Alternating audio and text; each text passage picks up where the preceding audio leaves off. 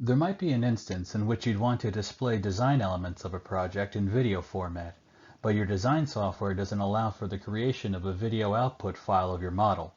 In this case, screen recording software may prove to be an adequate substitute. In the example video shown, I utilized a screen recording program to record myself in MicroStation, panning from one project limit to another, all within my design file. This allowed me to give a general overview of project design elements set against orthogonal aerial photography in order to give a sense of scope and scale. I then took that screen recording and imported it into PowerPoint, allowing me to format and edit the video and incorporate it into my presentation. While fairly limited, the video editing capabilities of PowerPoint are more than sufficient for our purposes and easy to use.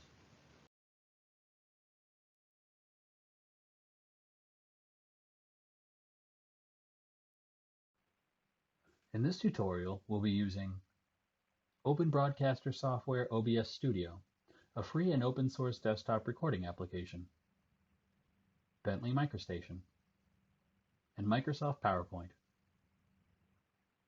Once installed, operating OBS Studio is fairly straightforward, but before you begin recording your screen, you should adjust the program settings in order to ensure the program functions correctly and that the output file suits your needs. Under the Controls box, click on Settings.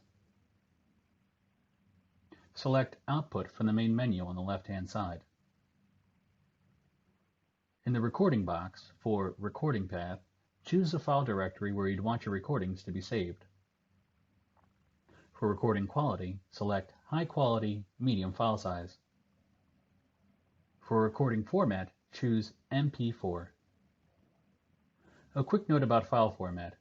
I utilize the MP4 file format for the following reasons. It's universally accepted.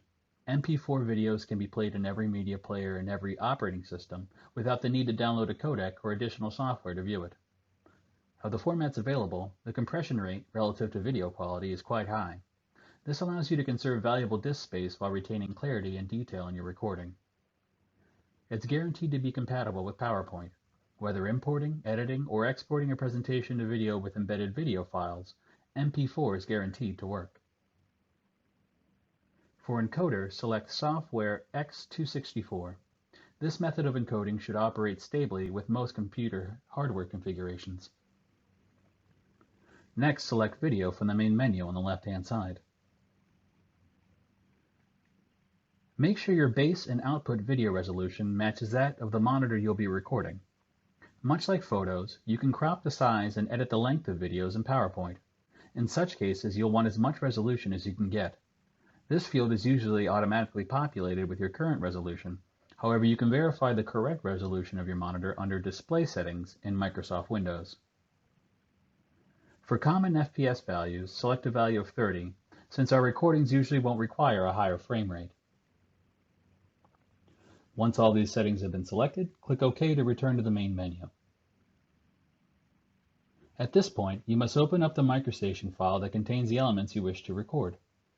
Once that's complete, return to OBS Studio. Now you must add a source from which to record. Under the Sources box, click on the plus sign. In the pop-up menu listing source options, select the option for Windows Capture. A Create Select Source prompt should appear. Select Create New and label your source the name of your choosing. Click OK when finished. A Properties For prompt should appear with the title you've chosen. Under Window, select the program from which you will be recording. You will know the correct window is selected because the window view will be updated with your selection. For Capture method, select Automatic to ensure compatibility with your operating system.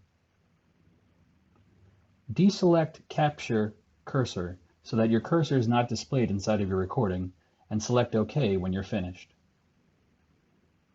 Since you probably don't want the sound from your microphone or any desktop applications to be recorded in your video, find the audio mixer and mute both the desktop audio and mic/aux by clicking on the sound icons.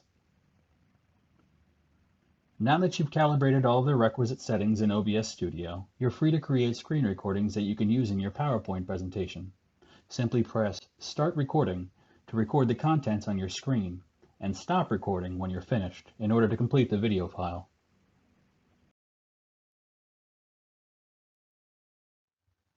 Once you're ready to record, make sure MicroStation or the program you wish to record is shown on your selected display and press the Start Recording button and open Broadcaster software.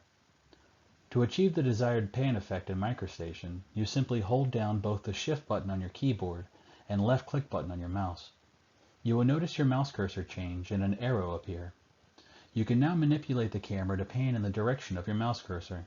The farther out you drag your cursor, the faster the camera will pan.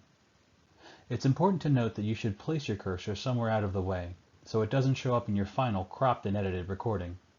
You may also move and edit program menus in order to maximize the display area dedicated to your design. When you're finished recording your design, return to Open Broadcaster software and click on Stop Recording.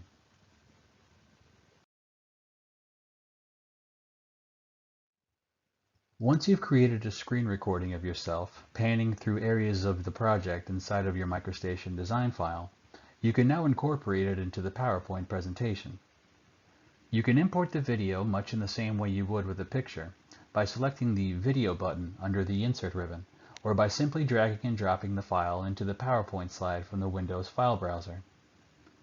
Before moving on to the next slide, you will have to edit the screen recording in order to crop out the Windows Start bar and MicroStation menus, so that you're left with only a panning view of the project aerial. With the video selected within the slide, select the Crop button under the Format ribbon and move the margins until only the project aerial is shown. Next, you should trim the video length in order to show only the relevant parts of the video you want. With the video selected within the slide, select the Trim Video button under the Playback ribbon. This opens up the editor where you can edit the video timings. Lastly, I'll be adding a border for aesthetic purposes, since cropping the video will leave a bit of blank space in the PowerPoint slide. You can also resize the video to the dimensions of the slide, but given the video resolution and compression, this may result in a blurry video with loss of detail. I've chosen to keep the dimensions as they are, though depending on the outcome you may choose differently. You can format the video to suit your aesthetic needs in the slideshow by selecting the Video Shape, Video Border, and Video Effects under the Format ribbon. As always, you can activate the slideshow to check your work.